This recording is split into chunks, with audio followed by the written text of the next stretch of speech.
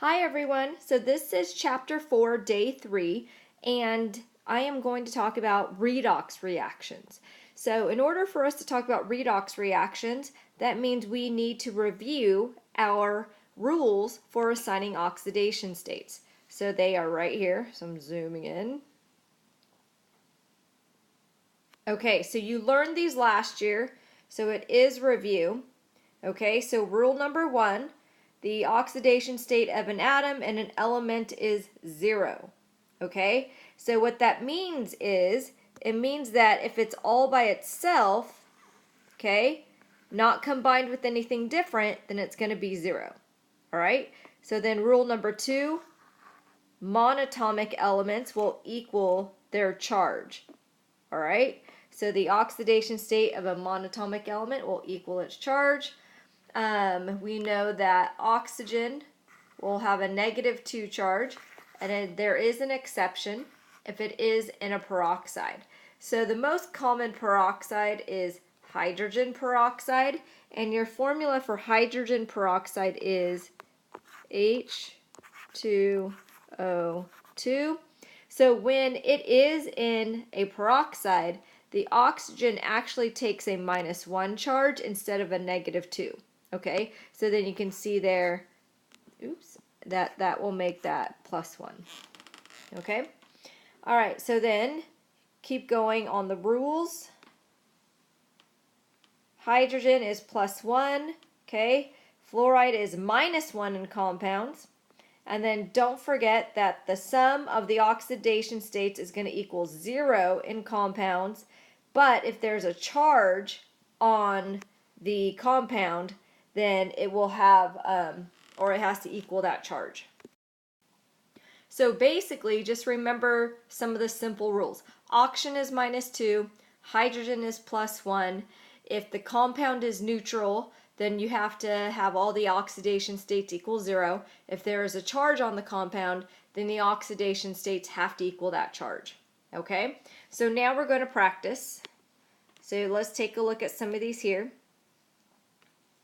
All right, so look at letter A.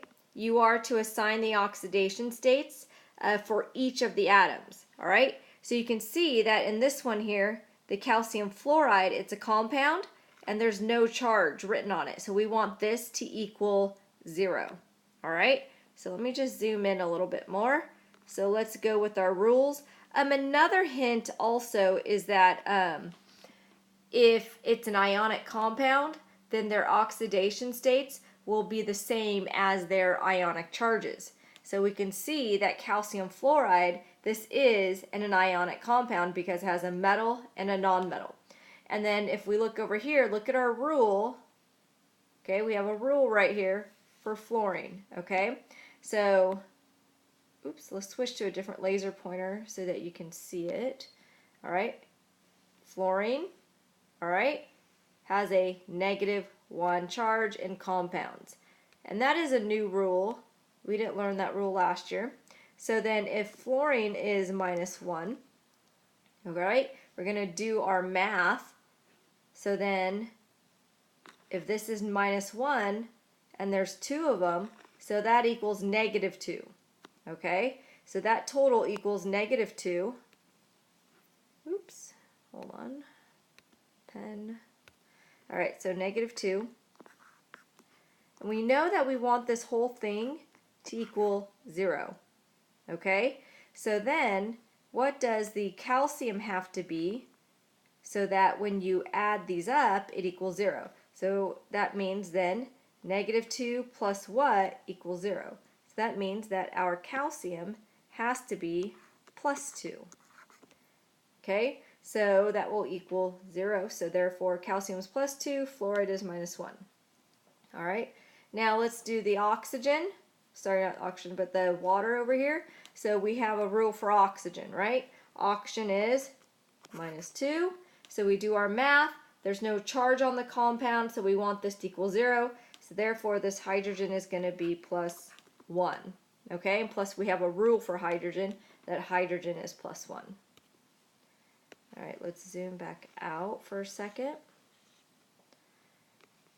Okay, now if we take a look at these other ones on the help sheet, Now we come to one that has a charge on it. Let's move this over. All right, so the sulfate has a -2 charge. So instead of this equaling 0, we want all the oxidation states to equal -2. Okay, so we start off with the oxygen. So always start off with the atoms that have rules. All right, so remember, we know oxygen is -2, hydrogen is +1, fluoride is also -1. All right, so we start with the ones that we know that we have rules for, and then the other ones, they can have different oxidation states depending on what they are combined with. All right, so we have a rule for oxygen. Oxygen is what? -2. Okay, so then we know we want this whole thing to equal -2 because it has a -2 charge on the end. So if oxygen is -2 and there's 4 of them, so if you multiply those, it's -8. Therefore, what does the sulfur have to be to equal -2? So we do our math, right? Okay, so what, okay, we don't know what that is yet. What plus -8 equals -2? So then you do your math. Therefore, S has to be +6. Okay? +6, and this equals -8. You add those, equals -2. All right, let's take a look at the last one, potassium permanganate. So we have a rule, right? We have a rule for oxygen. What's our rule for oxygen? Oxygen is -2. Okay? Now, this is also an ionic compound. So then, what's the charge on potassium? Well, potassium is in group 1. So if potassium is group 1, then that means its ionic charge is, +1. Okay? So then we need to do our math. This whole thing has to equal 0. Okay? The whole thing has to be equal 0 because there's no charge on the compound. So if K is +1, so 1 plus X, okay, we don't know what the manganese is, and then the oxygen ends up being -8. All right, once again, I got it from here. Okay, K is +1. We're trying to find out what this is, so that's our X, and then 4 times the -2 is -8. All right, so you can do the math, solve for X, all right, or do the math in your head. Therefore, X has to equal, well, you want it to equal 0, so therefore that X is +7. Okay, so the manganese is +7. Now, there's another strategy that you can use. You can, and this works for polyatomics, you can pull the polyatomic ions out separately and set them equal to their charge. So we know that, well, at least I know, that permanganate is -1. You might have forgotten that, but if you did not forget that, then this is pretty easy for you to do. Okay, so then you would just go through your rules. We know oxygen is -2. Therefore, the manganese has to be +7, so that when you add them, +7, that's -8, equals -1. Okay, so that's just a little shortcut strategy when you have polyatomic ions. So it only really works if you know your polyatomic ions and their charges. All right, so that is like the first thing that you need to know for your redox reactions. You have to be able to assign oxidation states correctly, otherwise you're not going to know what's being oxidized or what's being reduced. So let's take a look at some of these sayings that will help you determine what is being oxidized and what is being reduced. All right, so let me just zoom in a little bit here. So remember oil rig, or Leo says grr. So oil rig, all right, oil rig stands for oxidation is losing, reduction is gaining. Okay, so once again, oxidation is losing, reduction is gaining. And we're talking about the electrons. Electrons are either going to be gained or the electrons are or are going to be lost. Another saying is Leo says grr. Okay, Leo's a lion. So if you like Leo says grr, this one stands for lose electrons, oxidation. Gain electrons, reduction. Okay, so pick one that you like that will help you remember which one is being oxidized and which one is being reduced, or you could come up with something on your own. All right, then there are also agents, but for the AP Chem test, you don't need to know what the agents are, but I'll just review it quickly. The agents, if you remember, are the ones that are the opposite, okay? So what's being oxidized is the reducing agent, and what's being reduced is the oxidizing agent. All right, so let's take a look and see what we have next. All right, so over here for problems 1 and 2, it says to identify the atoms that undergo reduction or oxidation. So in order to do that, you need to assign the oxidation states for every single atom and then see how it is changing from the left side to the right side, okay?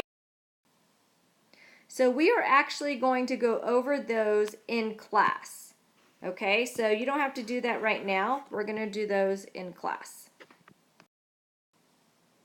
Now we're going to get into how you would balance these redox reactions using the half reaction method. All right, so there are different rules depending on the solution. All right, so if the solution is acidic, we have a set of rules. If the solution is basic, we have a set of rules. Okay, so the rules are listed there. Now the best way for me to teach you all of these rules is to do an example. Okay, so now we're going to go to the next page and do an example of how to balance these. So our first example is how to balance a redox reaction if it is in an acidic solution. Okay, so we're looking at this part here. It is acidic, and then there's our reaction. The first thing that you always need to do is assign oxidation numbers. Okay, so we're going to go through this whole thing and assign all of those oxidation numbers. All right, so we have this copper. It's all by itself and there's no charge on it, so that one is 0. Then we go to the next one.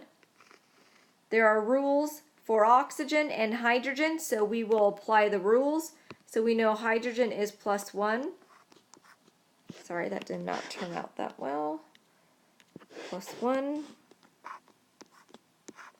Oxygen is -2.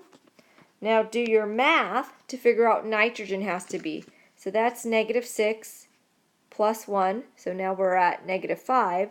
Therefore, nitrogen has to be +5 so that the whole thing will equal 0. Okay, so nitrogen is +5. So put a +5 there. All right. And then this copper, it has a charge on it, so that one's going to be +2. Then we go to this compound. Well, we have a rule for oxygen. Oxygen is -2. Therefore, this nitrogen has to be +2. Okay? So that's the first thing. Assign your oxidation numbers. Now we're going to take a look and see how the numbers are changing from left to right and write 2 half reactions, one for the oxidation and one for the reduction. All right, so copper is going from a 0 to a +2. So let's write that down. So copper, this is a 0, 0, going to copper with the +2. Okay? Then our next one, hydrogen is +1. Notice there's no hydrogen over here, so we're just going to skip that for now. The nitrogen is +5, and then the nitrogen is going to a +2. Okay, so we're going to write that half reaction down.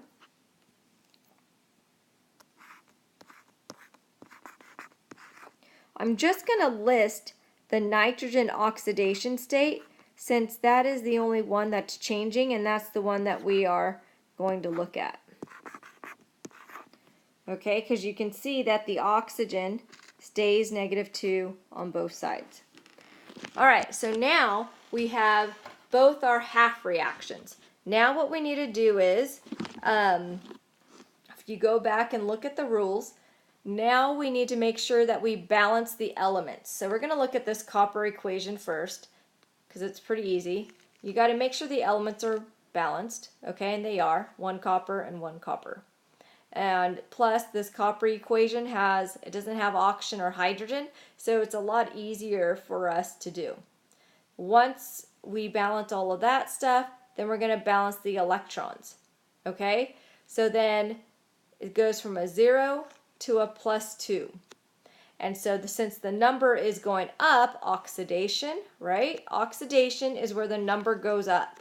So if the number is going up, then that means that it is losing electrons. Okay, remember, oil rig, oxidation is losing.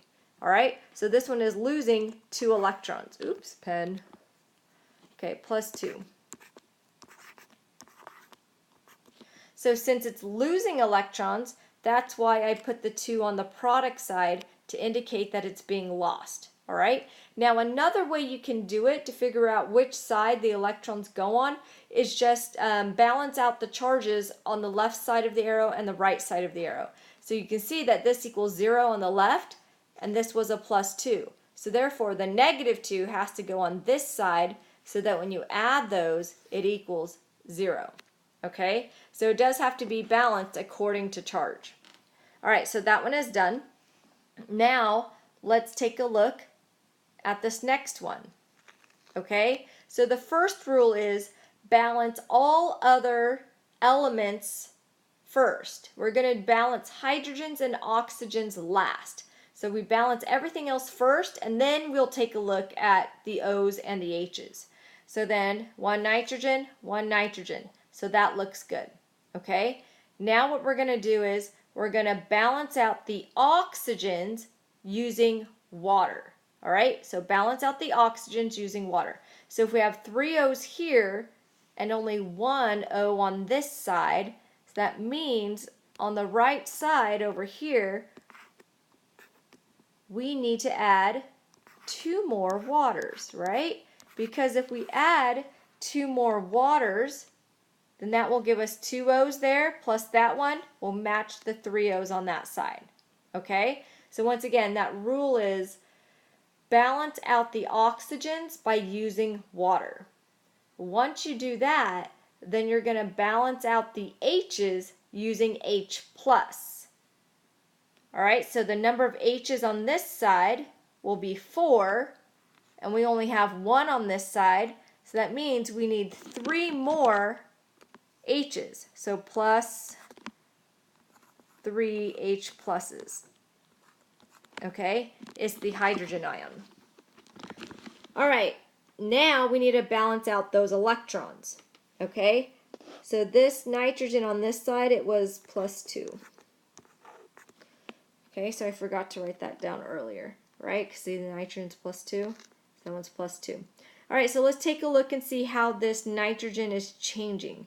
This nitrogen's going from a +5 down to a +2. So that is reduction. Okay, that is reduction. So remember, according to oil rig, reduction is gaining. Okay, reduction is gaining electrons. So then let's see, how many is it gaining? Well, it's gaining 3, right? From a 5 down to a 2. See that? 5 going down to a 2. So that's a difference of 3 electrons. So then, if it's gaining electrons, then we put the electrons on the reactant side. So that goes over here. So that's +3 electrons on this side. Okay? All right, so now what we are going to do is balance out our electrons, because according to the law of conservation, the number of electrons gained has to equal the number of electrons lost. Okay, once again, the number of electrons gained has to equal the number of electrons lost. All right, so that means, let me change the pen color. we have 3 electrons over here, and we have 2 electrons over there. All right? Now that I kind of zoomed out, I'm just going to move these 3 electrons. Erase, erase. How come it's not erasing? There we go. Okay. So that looks like it's on the same line. I don't want you guys to be confused. There we go. All right. So then once again, we're going to balance the electrons. So what's a common multiple between 2 and 3? It's 6, right? So that means that we are going to multiply the whole top equation by 3, and we're going to multiply the whole bottom equation by 2. All right? So then that ends up being 3 Cus going to 3 Cus with the 2 plus, and then 6 electrons. Okay? So then when you multiply the 3, so you put a 3, or multiply all the 3 there, and then 3 times 2 is 6. Okay? So you do the same thing for this one. You're going to multiply that whole equation there by 2. So then that ends up being 6 electrons plus 6 H pluses plus 2 HNO3s going to 2 NOs and 4 waters. Oops, 4 waters. Okay, so once we've done that, now what we're going to do is reduce the equation down. We're going to add them up together. Okay, we're going to add these 2 equations up together, this one, and we're going to reduce the equation down. So whatever you have the same on the left and on the right-hand side of the arrow, you can cross out. So your electrons, you should always be able to cross out your electrons. Okay, 6 electrons there, cross out with 6 electrons there. Okay, so now if you take a look, we just double check to see if we can reduce anything else. So 3 coppers, okay, you can't reduce anything there. 6 H pluses, you can't reduce it to anything else or cross it out. Same with those and those other things. So let's just add these up together. When I say add them, whatever's on the left side of the arrow stays on the left. Whatever's on the right side of the arrow stays on the right. So this ends up being 3 Cu plus 6 H pluses, 2 HNO3s. All of those things are on the left side of the arrow. Now we write the things on the right-hand side of the arrow. 3 copper ions, let's see, and plus 2 NO, and 4 waters. All right, so that is it, and that is your answer to balancing a half reaction, balancing using the half reaction method. All right, if it is an acidic solution. Now what I'm going to do is, on this example, I'm going to show you what it would look like if it's basic. Okay, so let's write that down on the side. Let me reduce this back here. So off to the side somewhere, just write if basic, then you're going to do some other things. So if basic, there's an extra step. Okay, if it's basic. So the rule is you're going to add the number of hydroxides for every H plus there is. Okay? And you're going to add the hydroxides to both sides of the equation. All right? So if we have, for example, if we have 6 H pluses here, that means I need to add 6 hydroxides to both sides of the equation. All right, so that's what I'm going to do. So then plus 6 hydroxides here. And then plus 6 hydroxides on the other side too. OH minus, put the charge on there. Okay. All right, so what you should see is over here, look what that makes. What do you think that makes? 6 H pluses plus 6 OH minuses, that makes 6 waters. Okay, it makes 6 waters. All right, so I kind of cross those out because we make 6 waters. Now what you do is reduce the waters. Okay, so if we have 4 waters on this side and 6 on this side, well, that means that we can get rid of all four of those. Okay, all 4 of those waters are going to be eliminated. Therefore, this 6 will get reduced down to 2.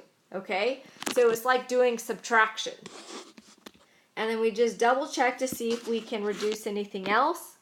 And it doesn't look like we can reduce anything else, so you just rewrite it nicely. So then it would be 3Cu plus 2 waters plus 2HNO3, which gives us 3 copper ions, 2 NO, and 6 hydroxides on the right-hand side of the arrow. Okay, and I think that is everything for that equation. So yes, it is very long. It's a little tedious. It is helpful if you have, you definitely need to do this in pencil, and it's helpful if you have a good eraser. Okay, now the next one we're going to do in class and work on it in class to see if you understand the concept. It takes a lot of practice, okay? Now I'm going to show you a different method of balancing redox reactions, and this method is by using what we call the oxidation states method, okay? So once again, always assign your oxidation numbers, all right, for all of the atoms. So this copper all by itself, and there's no charge on it, so that one is 0. This silver here has a +1 charge, so that is +1. Go to the other side, silver, not combined with anything, so that is 0. And then this copper over here is +2, so it's going to be that charge. Okay, so now let's take a look at the numbers and see how they're changing from the left side to the right side. So you can see, I want a pen, not a lightsaber. All right, so the copper is going from a 0 to a +2. So that's a difference of 2 electrons. And then you take a look at the silver. That is going from, so remember the charge, it's +1, to a 0. So that's a difference of 1 electron. All right, so remember, according to the law of conservation, we have to balance out the charges. The number of electrons gained equals the number of electrons lost. Okay, so this is telling us then we need to make sure that we multiply that by 2, right? Because if this is 2 electrons, then this has to equal 2 electrons, okay? The number of electrons gained has to equal the number of electrons lost. So that means that we're just going to multiply all the silver stuff by 2. So then you put in coefficients of 2 there, and a 2 there, and that is it. Okay, so that is just a different method of balancing and how you can look at the oxidation states and how to balance out the electrons. Therefore, you would know what to put for your coefficients as you're balancing. All right, so the next one on the bottom there, you can try by yourself, and we will actually work on it in class. All right, and that is everything for chapter 4. And I know that was a lot of information, so we will just start practicing so we can get better at it. All right, I will see you later. Bye.